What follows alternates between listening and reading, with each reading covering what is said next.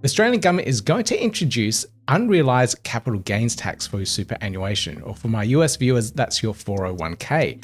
And this is absolutely insane. So we're going to look into the details about this one here, how it could affect you, and also how it would affect Bitcoin and crypto holders, which is what we're all interested in here. All right, let's get into the details.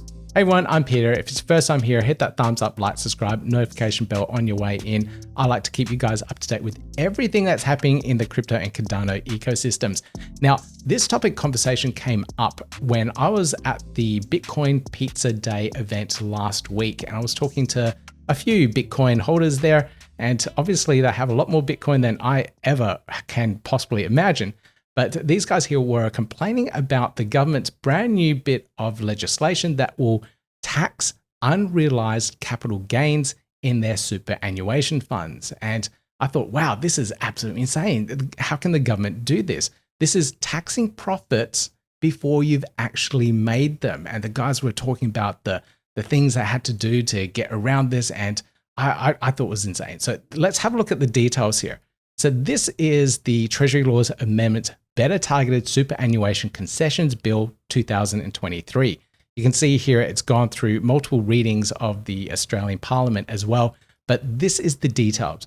Broadly, from the 1st of July 2025, Division 296 tax will apply to members where total superannuation balance exceeds 3 million, and there has been an increase in their TSB at the end of the relevant income year, compared to their TSB just before the start of that income year. This movement is adjusted. TSB is termed superannuation earnings. So they're taxing that bit of earning there. This portion of the superannuation earnings that corresponds to the percentage of an individual's TSB that exceeds 3 million makes up the taxable superannuation earning. The TSE will be assessed to the individual and subject to tax at a rate of 15%. Now, I think reading that is a little bit hard to understand, but let me just play you this quick clip here from HiveWise Australia. Whether you like it or not, the government is going to introduce a new tax on unrealised capital gains. And that basically means if the value of the asset has gone up, you will pay tax on that even though you haven't actually sold the asset. And this rule will apply to super funds that have a balance of $3 million or more. And look, I know what you're thinking, who the heck has that much money sitting in their super fund? And that's understandable because this new law will initially only affect around 80,000 people, which are, of course, going to be 80,000 very wealthy people. However, the issue is that the government is not going to index this $3 million threshold, which means that they are not going to adjust that threshold for inflation. So even though inflation's going up, that threshold will remain 3 million in 20 years' time.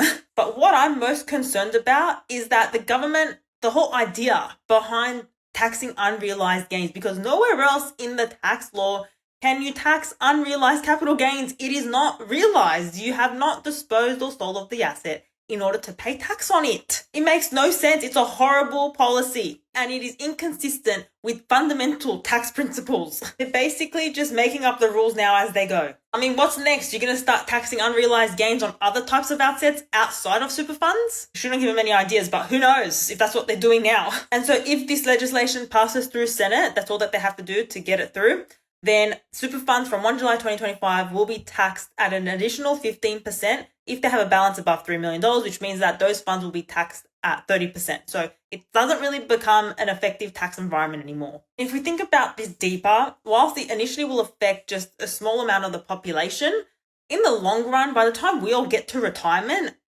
goodness knows what inflation will be then. So we may very well reach that $3 million cap in 30, 40 years' time. So it honestly just seems like the government trying to get their hands on our super. Let's have a look at this article here from the Australian Institute written by Greg Jericho. And I thought this was quite good to give you some perspective on how and who this would actually affect. So here we go. Let's give you some details here. Almost no one will be affected by these changes. 99.5% of Australians currently do not have more than 3 million super. You know, that's quite frankly true. I looked up the stats here as well, and I'll bring them up in a second. Using figures reported by the Australian Financial Review, 97% of all people currently in labour force will never have more than 3 million super. Do you have more than 3 million super? No, nothing changes. Are you going to have more than 3 million super? No, then nothing changes for you either. And I did have a look at the general statistics around this. This is from the Australian Government Tax Office website. And you can see here for the general amount of the population here, their highest ever holdings of superannuation. This chart here is from 2020 to 2021 financial year. But the total amount of superannuation held here is maybe 225,000 Australian dollars. So it's not that high and nowhere near that 3 million mark.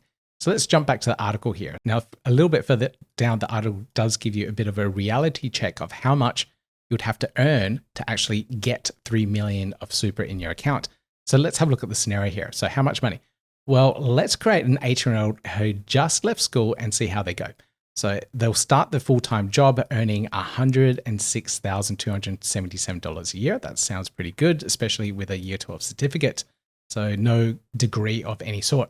They'll get a pay rise of 3.7% every year, which is, and then if we go a little bit further down here, they'll keep their job full-time without ever taking a day off or unpaid leave until the age of 67. Now, how much super will this person end up at the end of that, working their full entire life?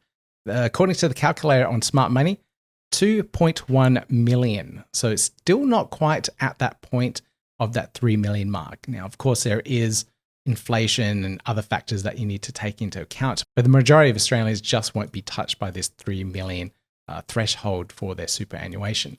So if we have a look at the calculator here, I put in some general details here, and let's say the person here started at the age of 18, let's say they're earning 150,000 per year. Let's go even higher, 170,000. Their employee contributions are at 11.5%. Of course, this will change over the course of their life. That will probably increase, and they may even put in some more contributions. But let me continue with that calculator there. Even after working a full entire lifetime here until their retirement, based on those particular sums, they still only earn 1.7 million in their superannuation. So they're still a long way off to that high threshold. So the article continues here. So super tax changes right now affect almost no one. The fear about not indexing the 3 million threshold is just scare campaign designed to make people think they will be hit, even though they are only 30 years old now. Maybe because they might one day have that much super.